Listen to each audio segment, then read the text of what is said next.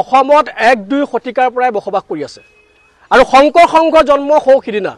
আৰু সেই শংকৰ সংঘৰ কোনোবা সদস্যই কবৰ্তসকলক আসলতে চাৰ্টিফিকেট দিব যে অসমৰ সবাতোকৈ পিছপৰা জাতি বুলি এইটো অনুসূচিত জাতি ছাত্ৰ সন্থাই কেতিয়াও গ্ৰহণ কৰিব নোৱাৰো। আপোনালোকে লক্ষ্য কৰিছে যে শংকৰ সংঘই টাই আহোমৰ নিচিনা এক বৃহত্তৰ আসলতে জাতিক জনগোষ্ঠীক যি জনগোষ্ঠীয়ে নেকি অসমত 600 বছৰ পৰ্যন্ত ৰাজত্ব কৰিলে আৰু তেওঁলোকৰ মেডাম মেফি নামৰ যি অনুষ্ঠান যিটো মাংগলিক অনুষ্ঠান পৰম্পৰাগত ঐতিহ্যপূৰ্ণ যিটো অনুষ্ঠান সেই অনুষ্ঠানটোক তেওঁলোকে আসলতে অস্পৃশ্য বুলি তেওঁলোকে আসলতে ঘোষণা কৰিলে আৰু তাৰ পাছত কবৰ্তসকলক অসমৰ সবাতোকৈ পুৰণি জাতি কবৰ্তসকলক তেওঁলোকে আসলতে পিছপৰা জাতি বুলি হাঁহিব এই কথাটো আমি কেতিয়াও গ্ৰহণ কৰিব নোৱাৰো। আজি শিৱসাগৰ জিলা অনুসূচিত ছাত্ৰ সন্থাই শিৱসাগৰ সদৰ থানাত শংকৰ সংঘৰ বিৰুদ্ধে আৰু সেই অনুপম দত্ত নামৰ যিজন কালপিত যিজনে আসলতে কবৰ্ত জাতিটোক বিভিন্ন কথাৰে আসলতে উপলুগা কৰিলে সেই ব্যক্তিজনৰ বিৰুদ্ধে এজাহাৰ দাখিল কৰিছোঁ। আৰু এটা কথা আমি অনুসূচিত জাতি ছাত্ৰ সন্থাৰ মজিয়াৰ পৰা স্পষ্ট কৰি দিব খুজিছোঁ যে অনতি পলমে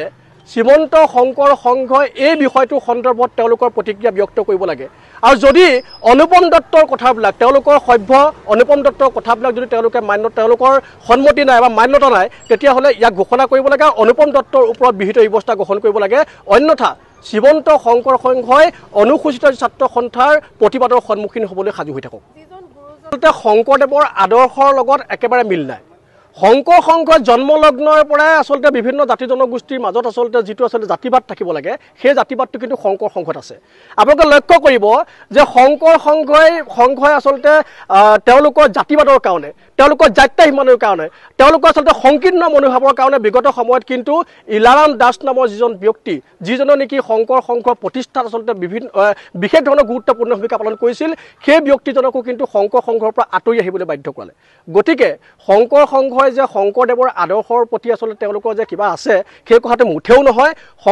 শংকৰদেৱৰ নাম লৈ আসলতে তেওঁলোকে অসমীয়া জাতিৰ বৃহত্তৰ অসমীয়া জাতিৰ লোকসকলক আৱেগিক কৰি একত্ৰিত কৰি আসলতে শক্তি প্ৰদৰ্শনৰ এক যুঁজা কৰিছে। তাৰ বাহিৰে শংকৰ সংঘত আৰু একো শংকৰদেৱৰ আদৰ্শ নাই। আৰু এটা কথা স্পষ্ট কৰি দিব বিচাৰিছোঁ যে কবৰ্ত জনগোষ্ঠীৰ ওপৰত যোনে মাত নামাতক লাগিলে শংকৰ সংঘই যোনেও হওক আমি অনুসূচিত ছাত্ৰ সন্থাই ইয়াক কঠোৰ হাতৰে আসলে দমন কৰিবলৈ আমি বদ্ধপৰিপকৰ হৈ আছোঁ। নিশ্চিত যে শংকৰ সংঘৰ শেহতীয়া যিবোৰ কাম কাজ শেহতীয়া নহয় আসলতে আৰম্ভণিৰ পৰাই মই কৈছোঁ যে কেনা লাগি আছে আৰু তেওঁলোকে শেহতীয়াকৈ আসলতে মুকলিভাৱে ফটোৱা জাৰি কৰাৰ দৰে যিবোৰ কাম কাজ তেওঁলোকে বিভিন্ন জাতি জনগোষ্ঠীৰ আৱেগ অনুভূতিৰ প্ৰতি তেওঁলোকে আসলতে যেনেদৰে মানে ক্ৰিয়াকলাপবিলাক কৰি আহিছে ফটোৱা জাৰি কৰি আহিছে ইয়াৰ পৰা এটা কথা স্পষ্ট হয় যে শংকৰ সংঘই অসমীয়া জাতিটোক একত্ৰিত নকৰে বৰঞ্চ শংকৰ সংঘই অসমীয়া জাতিটোক ভাগ ভাগ কৰি অসমীয়া জাতিটোক নিশকতীয়া কৰিবৰ কাৰণে তেওঁলোকে কিন্তু পণ লৈছে।